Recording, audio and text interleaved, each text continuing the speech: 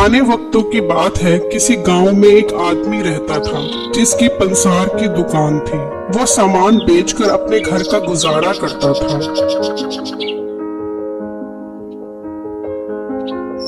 उसकी एक बीवी और एक बेटा था।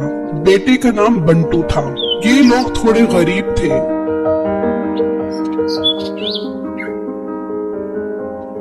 उसी गांव में एक सेना ठाकुर रहता था और गांव में उसी का राज था। ठाकुर की एक बेटी थी जिसका नाम लैला था।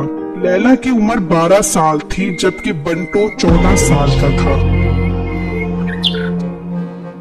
एक दिन लैला और बंटू बाग में झूले झूल रहे थे कि लैला बंटू से कहती है, बंटू मेरी सालगिरह आ रही है, तुम मुझे क्या गिफ्ट दोगे? ये सुनकर बंटू सोच में पड़ जाता है और लैला से कहता है, लैला आपको पता है कि हम बहुत गरीब लोग हैं। मेरे पास आपको देने के लिए कुछ नहीं है सिवाय अपनी जान के। लैला ये सुनकर मुस्कुराती है और कहती है, अरे पागल, मैं तो मजाक कर रही थी, मुझे सब पता है। हम अच्छे दोस्त हैं, यही काफी है। लेकिन बंटू को दिल ही दिल में लैला से बहुत प्यार हो गया था और कहीं न कहीं लैला भी बंटू से मोहब्बत करती थी। एक दिन बंटू के बाप ने कहा, बंटू बेटा, कल से तुम मेरे साथ काम पर आया करो। अब तुम बड़े हो रहे हो, इसलिए अब तुम्हें मेरा हाथ बटाना चाहिए काम में। ये सुनकर बंटू बोला, पर अब्बू, अगर मैं आपके साथ दुकान पर जाऊंगा तो फिर मैं स्कूल की पढ़ाई कैसे करूंगा? देखो बेटा, बेहतर होगा कि तुम इस पढ़ाई के भूत को अपने ऊपर से उतार दो और मेरे साथ काम में मेरा हाथ बटाओ। लैला, कल मेरे अब्बू ने मुझे कहा है कि तुम मेरे साथ काम पर चलो और ये पढ़ाई छोड़ दो। लैला, मैं पढ़ना चाहता हूँ और एक बड़ा इंसान बनना चाहता हूँ। बंटू, तुम्हारी सोच अच्छी है, पर तुम्हें अब्बू की बात भी मानना पड़ेगी। ये सुनकर बंटू बोला, हाँ, माननी तो पड़ेगी, लेकिन मैं पढ़ाई नहीं छोड़ूंगा। मैं इस काम के साथ साथ पढ़ाई भी करूंगा। लैला के घर के मुंशी ने इन दोनों को मिलते हुए देख लिया तो वो लैला के बाप के पास गया। साहब जी, मैंने देखा है अपनी लैला बिटिया उस गरीब परचून वाले के बेटे के साथ मिल रही थी। लड़की का बाप बड़ा नफीस इंसान था। वो बोला, अरे ये बच्चे हैं, कोई बात नहीं अगर खेल रहे हैं, और कोई गरीब कोई अमीर नहीं होता। ये सब किस्मत के खेल हैं और इस दुनिया में सब बराबर हैं। पर साहब जी, ये गरीब लोग हैं, बहुत बदतमीज हैं। आपने देखा नहीं इसके बाप को, एक गरीब ऊपर से बदतमीज। नहीं नहीं मुंशी, बदतमीज होने का ताल्लुक अमीर या गरीब से नहीं होता, बल्कि हमारी नज़र से होता है कि हम इंसान को किस नज़र से देखते हैं। अच्छा साहब जी। वहाँ बंटू ने फैसला कर लिया कि वो अब अपने अब्बू की दुकान पर जाएगा और अगले दिन से ही बंटू दुकान पर जाना शुरू हो गया।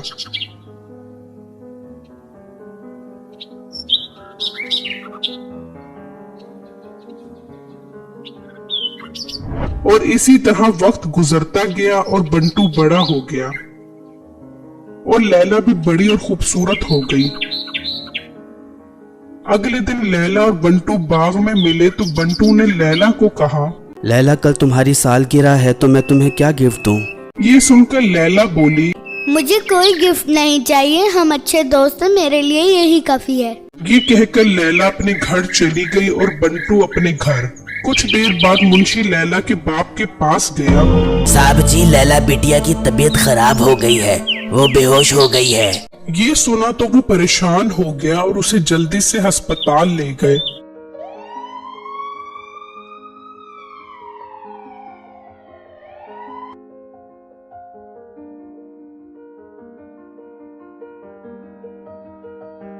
कुछ देर बाद बंटू भी वहाँ पहुँच गया।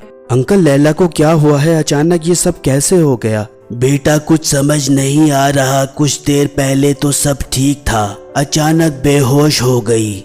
इतने में डॉक्टर उसके पास आता है। डॉक्टर साहब, क्या हुआ मेरी बच्ची को बताएं। देखें, आप सब हौसला करें, लड़की के दिल में सुराख है, उसका बचना मुश्किल है। बस आप सब दुआ ही करें, अल्लाह ही उसे बचाएगा। ये सुनकर बंटू बोला, डॉक्टर साहब, क्या मैं लैला के पास जा सकता हूँ?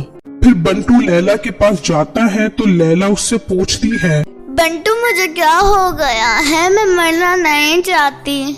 हाँ लैला, तुम्हें कुछ नहीं होगा। और आज तो तुम्हारी सालगिरह भी है। आज मैं तुम्हें एक बहुत अच्छा गिफ्ट देना चाहता हूँ। ये सुना तो लैला बेहोश हो गई और फिर 2 दिन बाद उसे होश आया तो उसने सबसे पहले बंटू का पूछा। बाबा बंटू कहाँ है? शुक्र मेरे मालिक का तुम ठीक हो गई हो। बंटू का पता नहीं वो कहाँ चला गया है। जिस दिन आपका ऑपरेशन था उस दिन वो ये खत दे गया था और कह रहा था कि ये सिर्फ लैला को ही देना, तो बेटा ये खत आप ले लो। ये सुना तो लैला बहुत परेशान हो गई कि इतने मुश्किल वक्त में वो मुझे छोड़कर चला गया था जिस वक्त मुझे उसकी जरूरत थी, और दिल ही दिल में सोचने लगी कि बंटू बहुत बेवफा निकला।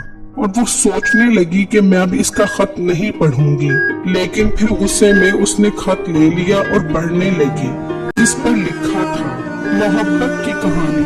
मेरी प्यारी लैला, मैं तुम्हें किसी तकलीफ में नहीं देख सकता और मैंने तुमसे वादा भी किया हुआ था कि मैं आज तुम्हें तुम्हारी सालगिरह पर तोहफा दूंगा।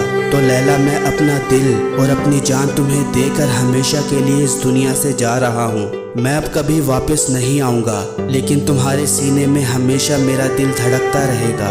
लैला, तुम्हें नई जिंदगी मुबारक हो। अल्लाह हाफिज।